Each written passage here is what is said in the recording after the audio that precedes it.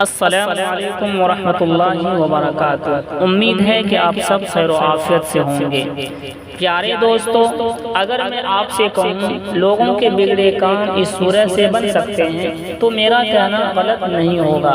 آپ اپنے قیمتی وقت میں سے تھوڑا سا وقت نکال کر اس ویڈیو کو پورا دیکھ لیجئے۔ آپ لوگوں نے بہت سی پریشانیاں اٹھا لی، آپ نے بہت سی مصیبتیں اٹھا لی، لیکن کوئی بھی کام آپ کے مرضی کے مطابق نہیں ہو رہا ہے، آپ کی دعائیں قبول نہیں ہو رہی ہیں، آپ پریشان ہیں، تو یقین جانیے آپ اس ویڈیو سے ناممکن کام کو بھی ممکن کر سکتے ہیں۔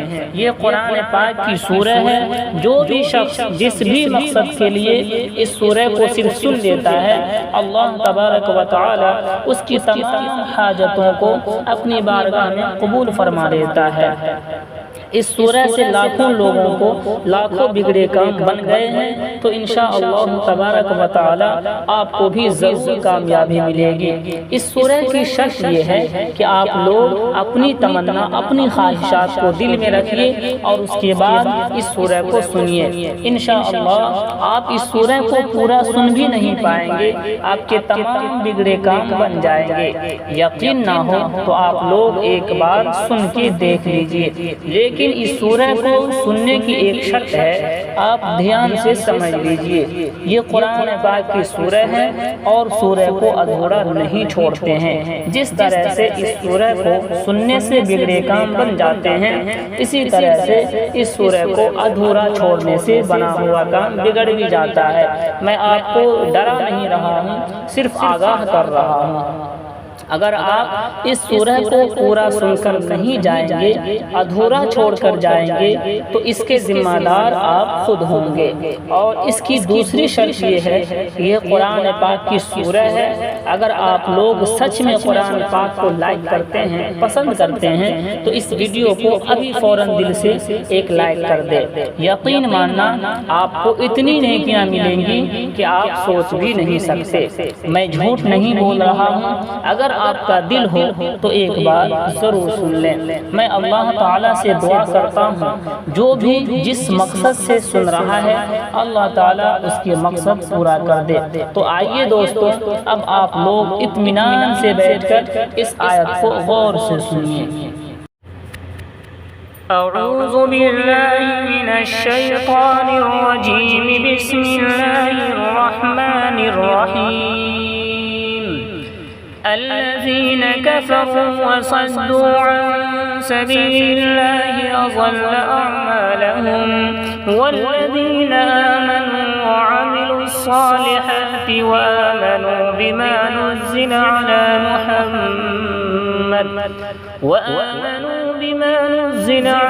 محمد وهو الحق من ربهم، كفر عنهم سيئاتهم وأصلح بالهم، ذلك بأن الذين كفروا اتبعوا الباطل وأن الذين آمنوا اتبعوا الحق من ربهم، كذلك يضرب الله للناس أمثالهم، فإذا لقيتم الذين كفروا فضرب الرقاب حتى إذا أثخنتموهم فشدوا الوثاق، فإما منا من بعد وإما فداء حتى تضع الحرب أوزارها ذلك، ولو يشاء الله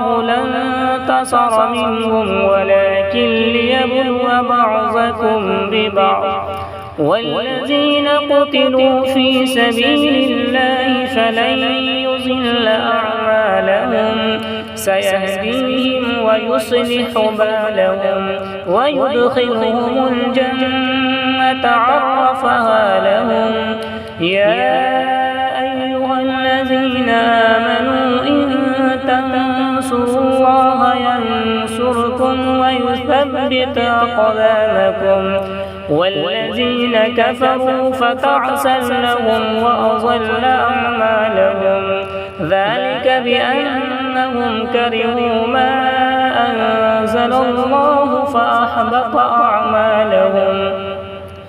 أفلم يسيروا في الأرض فينظروا كيف كان عاقبة الذين من قبلهم دمر الله عليهم وللكافرين أمثالها ذلك بأن الله مولى الذين آمنوا وأن الكافرين لا مولى لهم. إن الله يدخل الذين آمنوا وعملوا الصالحات جنات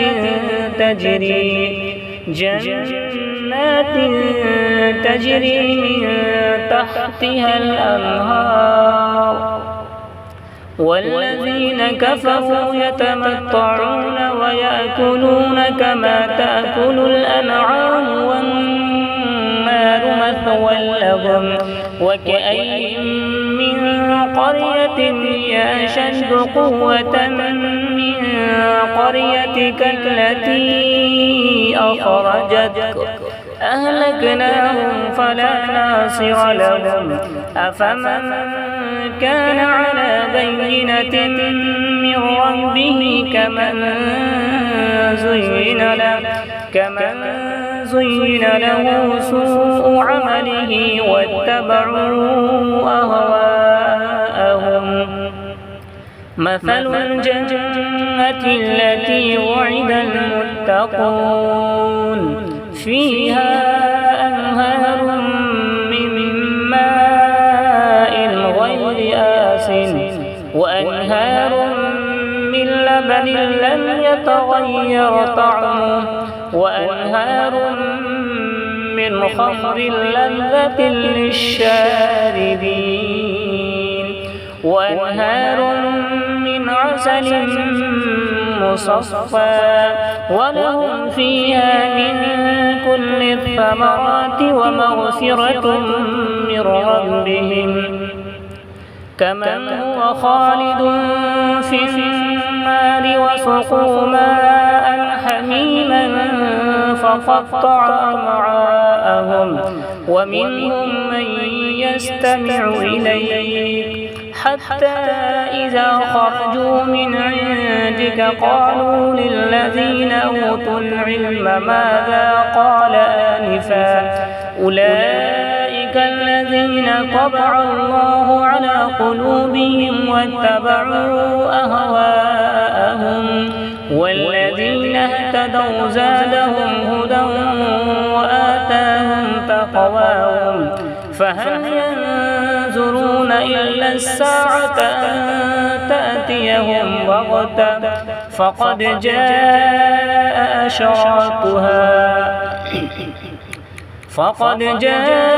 أشراطها فأنى لهم إذا جاءتهم ذكراهم فاعلم أنه لا إله إلا الله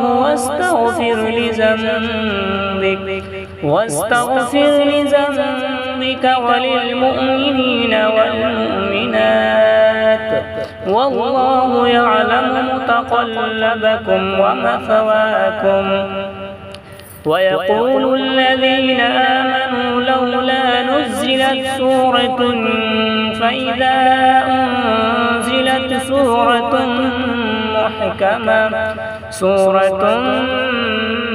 محكمة وذكر فيها القتال رأيت الذين في قلوبهم مرض ينظرون إليك نظر المغشي عليه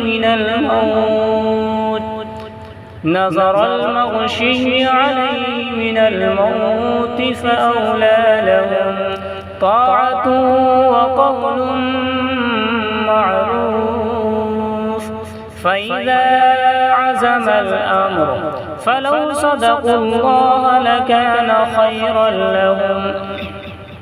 فهل عسيتم إن توليتم أن تفسدوا في الأرض وتقطعوا أرحامكم أولئك الذين لعنهم الله فأصمهم وأعمى أبصارهم أفلا يتدبرون القرآن أم على قلوب أقفالها إن الذين ارتدوا على أدبارهم من بعد ما تبين لهم الهدى الشيطان سول لهم وأملى لهم ذلك بأنهم قالوا للذين كرهوا ما نزل الله سنطيعكم في بعض الأمر والله يعلم إسرارهم فكيف إذا توفتهم الملائكة يضربون وجوههم وأدبارهم ذلك بأنهم اتبعوا ما أسخط الله وكرهوا رضوانه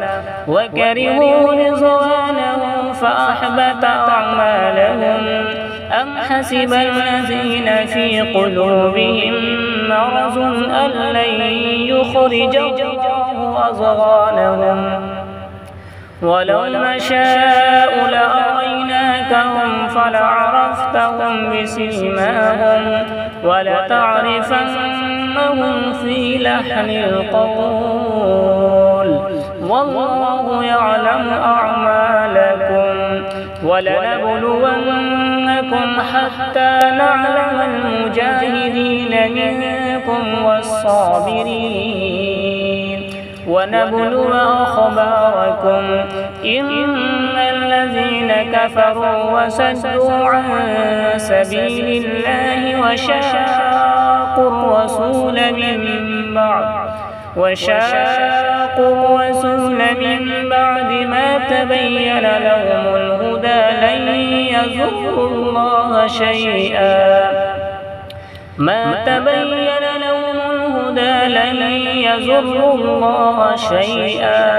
وسيحبط أعمالهم يا أيها الذين آمنوا أطيعوا الله وأطيعوا الرسول ولا تبطلوا أعمالكم إن الذين كفروا وصدوا عن سبيل الله ثم ماتوا وهم كفار فلن يغفر الله لهم فلا تهنوا وتدعوا إلى السلم وأنتم الأعلون والله معكم ولن يتركم أعمالكم إنما الحياة الدنيا لعب ولهو وإن تؤمنوا وتتقوا يؤتكم أجوركم ولا يسألكم أموالكم إن يسألكموها فيحفكم تبخلوا ويخرج أضغانكم ها أنتم هؤلاء تدعون لتنفقوا في سبيل الله فمنكم من يبخل ومن يبخل فإنما يبخل عن نفسه والله الغني وأنتم الفقراء وإن تتولوا يستبدل قوما غيركم ثم لا يكونوا أمثالكم صدق الله العظيم.